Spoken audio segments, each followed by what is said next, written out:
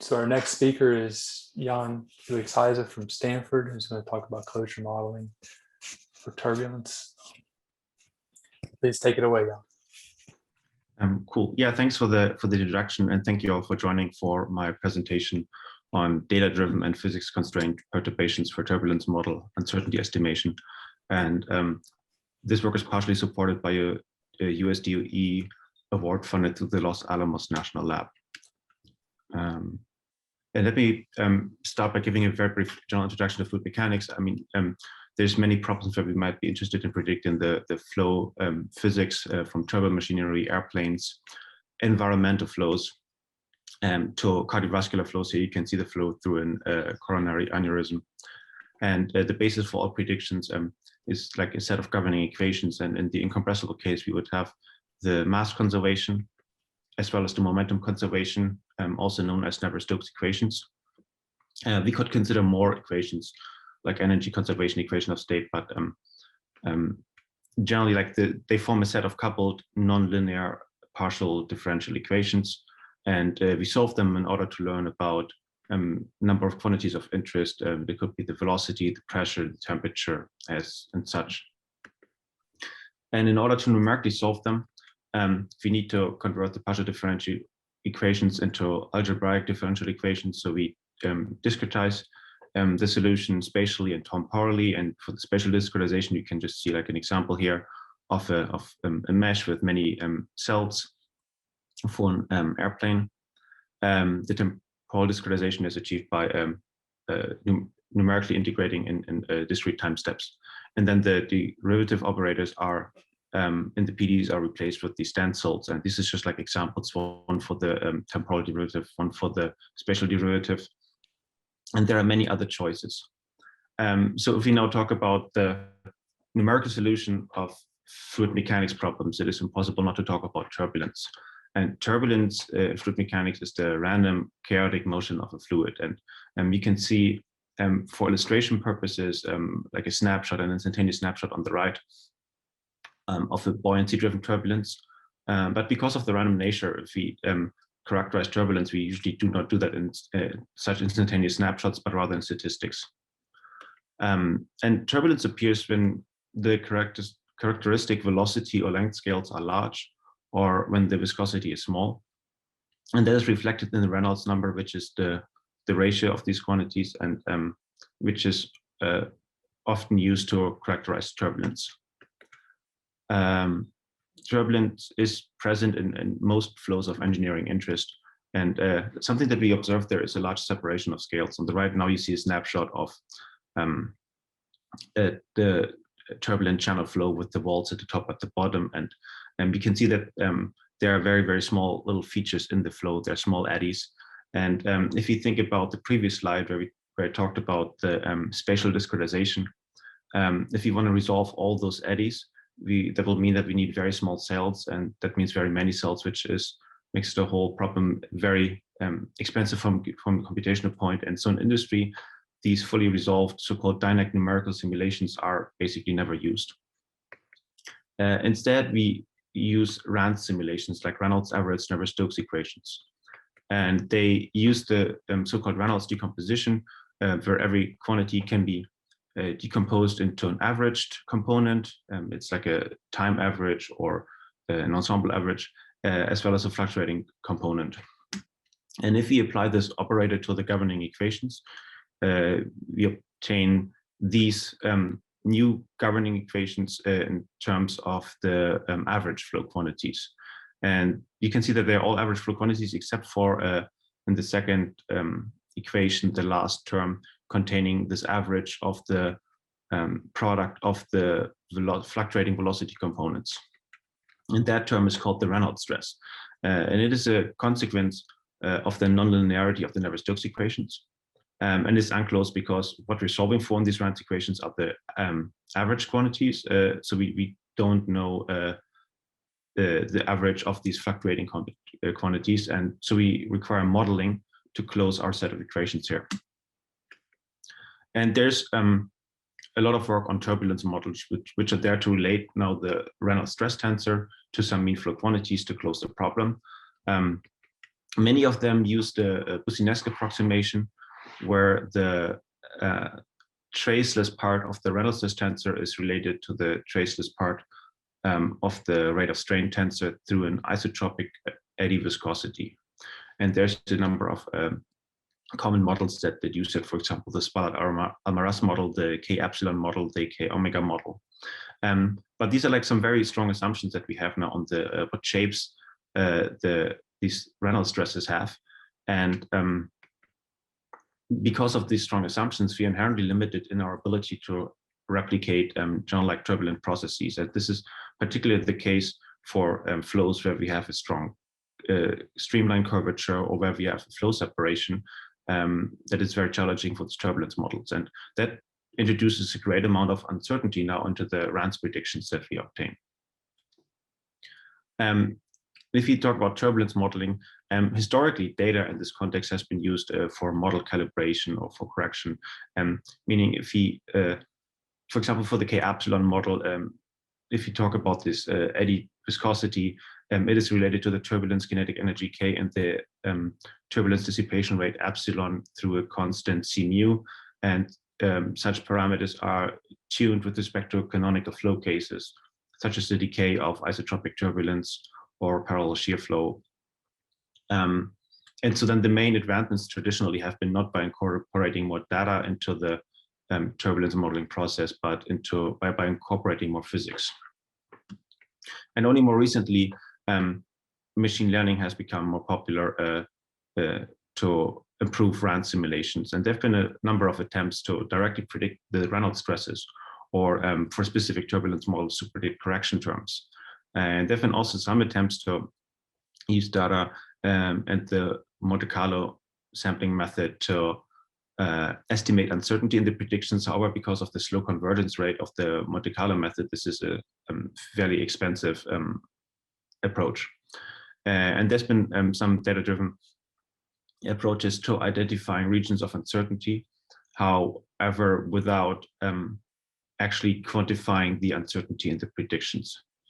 And so this is our goal here. We want to use data to enhance the uncertainty quantification, UQ, in the RANS simulations by making specific estimates of the uncertainty in the predictions. But before we go there, let us actually look at a data-free approach of uncertainty quantification.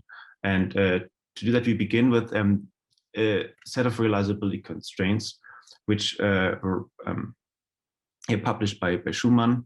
And they are there to ensure that the Reynolds stress, they use some physical reasoning and to ensure that the Reynolds stresses are physically plausible. This is one key here. And then the other thing is that if we look at the Reynolds stress tensor R, we can get from it the Reynolds stress anisotropy tensor, which is taking out the deviatoric part and scaling it by the turbulence kinetic energy.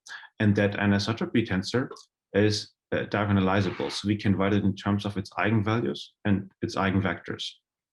And so now what we can do is we can use a mapping of the eigenvalues into a barycentric domain, into a location in that domain. And in that domain, then the realizability constraints that we have at the top of the slide can be represented as a triangle where all realizable solutions lie within the triangle. And furthermore, what we can do is, and you can see that on the right, is that we can look at the shape of these anisotropy tensors. And if we visualize the shape of these tensors and plot them at the corresponding locations in the barycentric domain, then we obtain the figure that you see. And we can notice that at the top, for example, the shape is spherical, indicating that we have like 3 components of turbulence in the flow.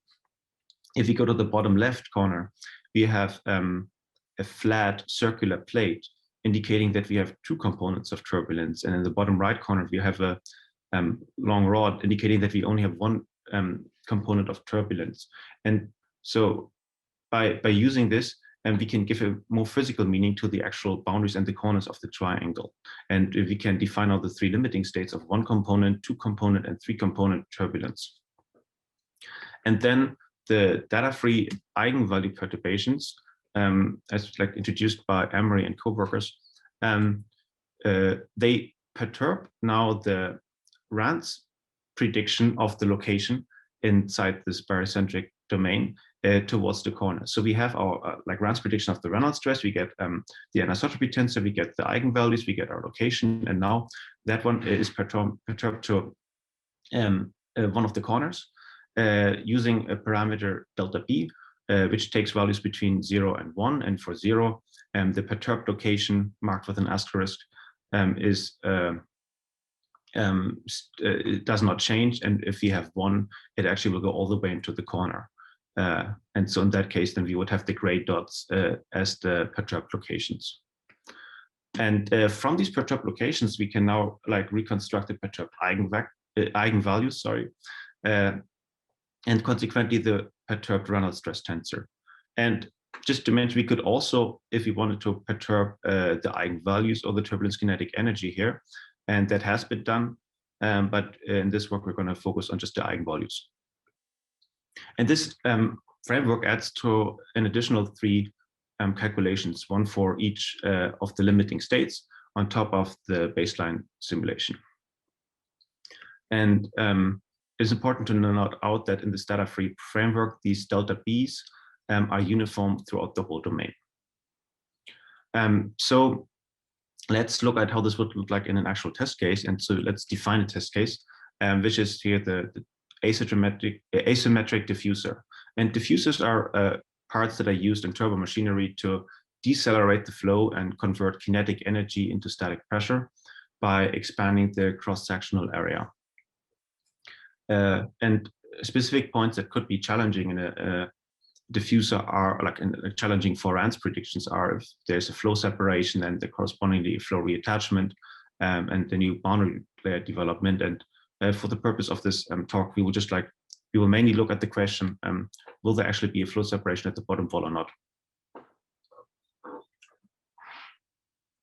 So now let's look at the results. What you can see here is the streamwise velocity profile at 4 different x locations, 6, 14, 20, and 27. And at each of those locations, the vertical dotted lines correspond to the 0 velocity level. So we can see we have 0 velocity only at the walls, and everywhere else the velocity is positive, meaning that the baseline calculation does not predict any flow separation. For the flow separation, we would see a negative velocity. Now, if we add experimental data, we see that in reality, actually, there is a flow separation. It's clearly seen that for 14 and 20, like x equals 14 and x equals 20, that there is flow separation happening because the experimental data goes into the negative side. So, and now if we add the uncertainty estimates from these data-free eigenvalue perturbations, we can see that they encompass all the experimental data, or like almost all, and that's great. But then we also notice that it is actually overly conservative. We go in many reasons far beyond the experimental data, and so we are overestimating the uncertainty in the Rand's predictions here. And if you want to use this framework for a product design, we might not find the optimal, we might just find a suboptimal solution at the end because we did not know the true uncertainty in the flow. And so the reason that we have for that is that the data-free framework actually uses uniform delta B values throughout the whole domain. And that corresponds to assuming that the uncertainty, or like that the inaccuracy in the Rand's predictions is uniform throughout the whole domain. However, the Rand's models, they are not as inaccurate everywhere in the domain. That actually varies. And that motivates us to introduce now the data-driven eigenvalue perturbations, where before we had a uniform delta B, now we have a non-uniform delta B. And the idea is that we have a stronger perturbation in those regions where the turbulence model is expected to be less accurate, and vice versa.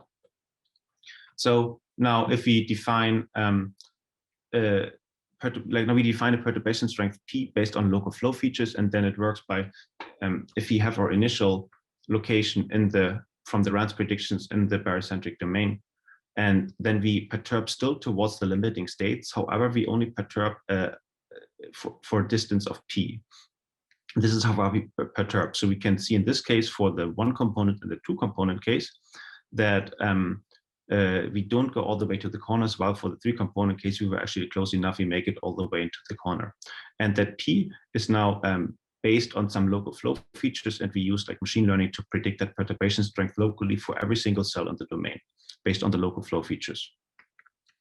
And the strategy here that we're using is that we first impose the physical constraints by going into the barycentric domain and using the realizability constraints as a triangle, and then we added the machine learning. And the intention is that we wanted to make sure that the predictions are like realizable, and that would also help us avoid numerical instability. So for the predictions of the perturbation strength, now we need to define a set of features, and we defined 12 features. You can see them here on the right. The first 5 of them are based on the rate of strain tensor and the rate of rotation tensor.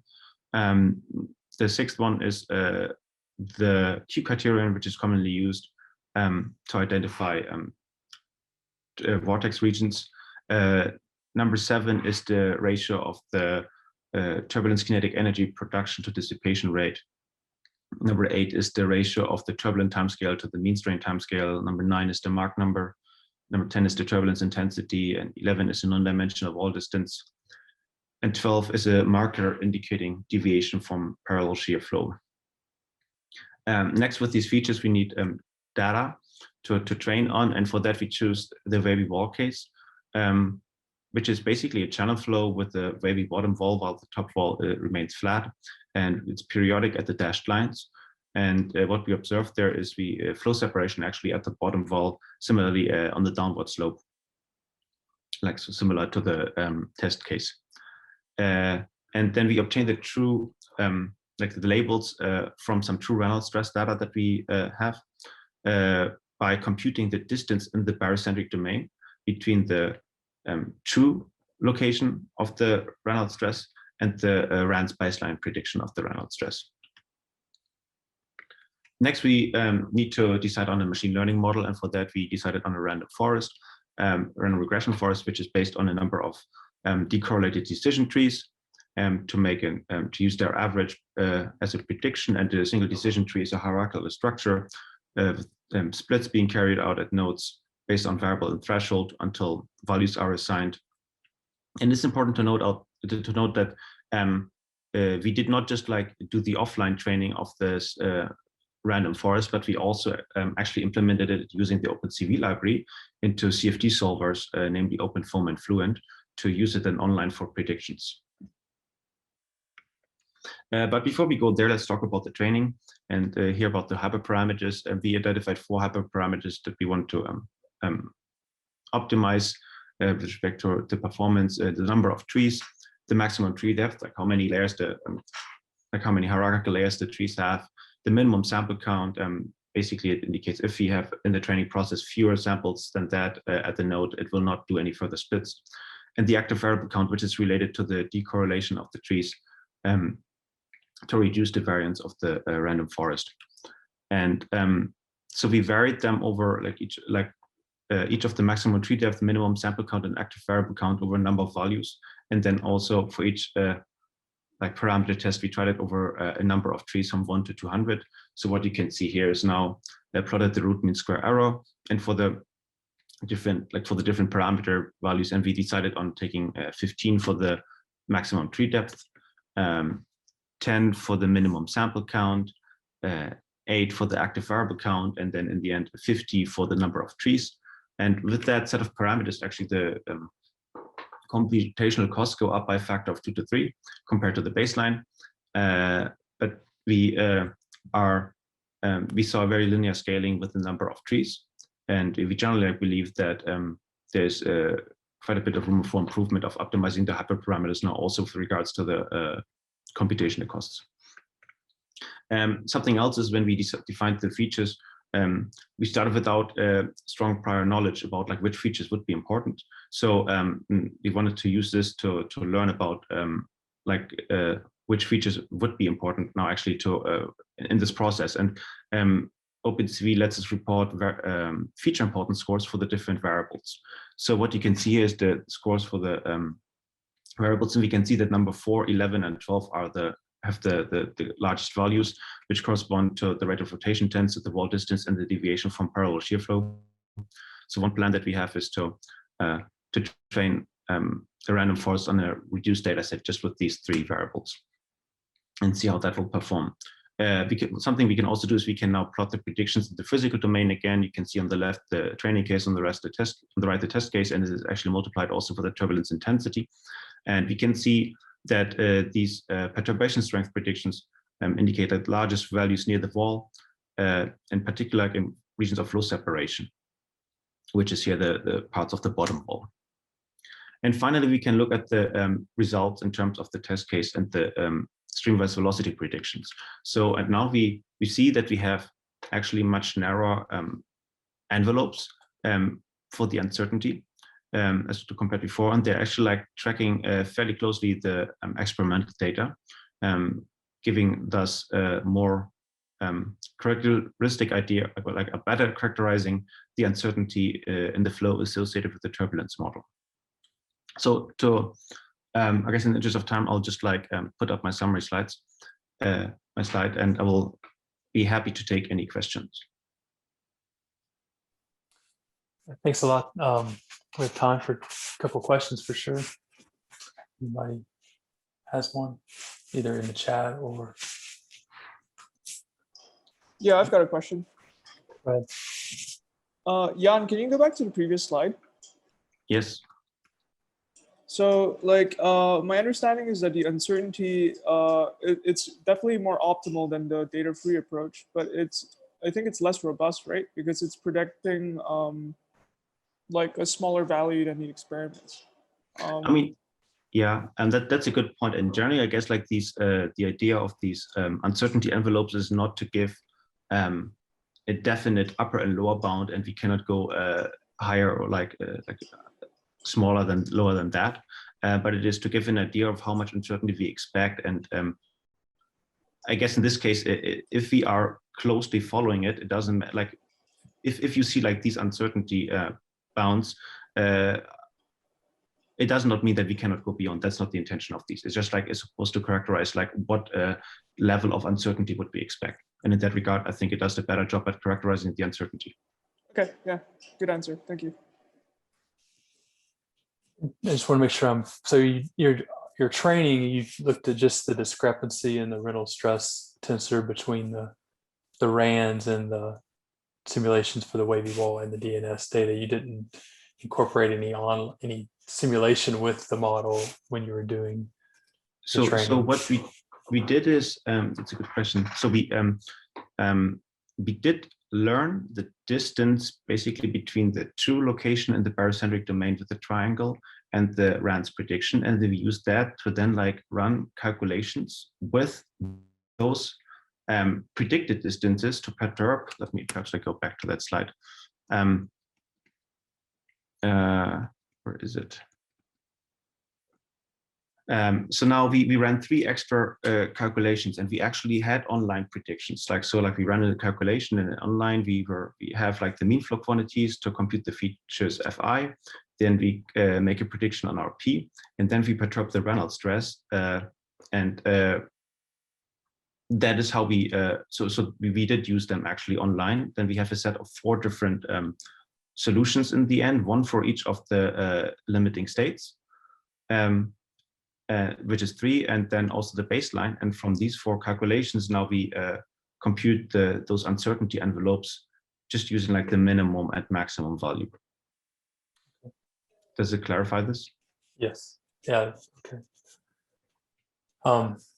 And so are you going to, is this something you said you implemented at OpenFOAM and a few other solvers? Is this something that you're going to release as a package? Is that something you're we plan on actually making this publicly available. Great. So that I mean, I think that the data free eigenvalue perturbations have been made publicly available, and similarly we plan to do that with the data driven ones. Great. There's a lot of it's a lot of really good work. So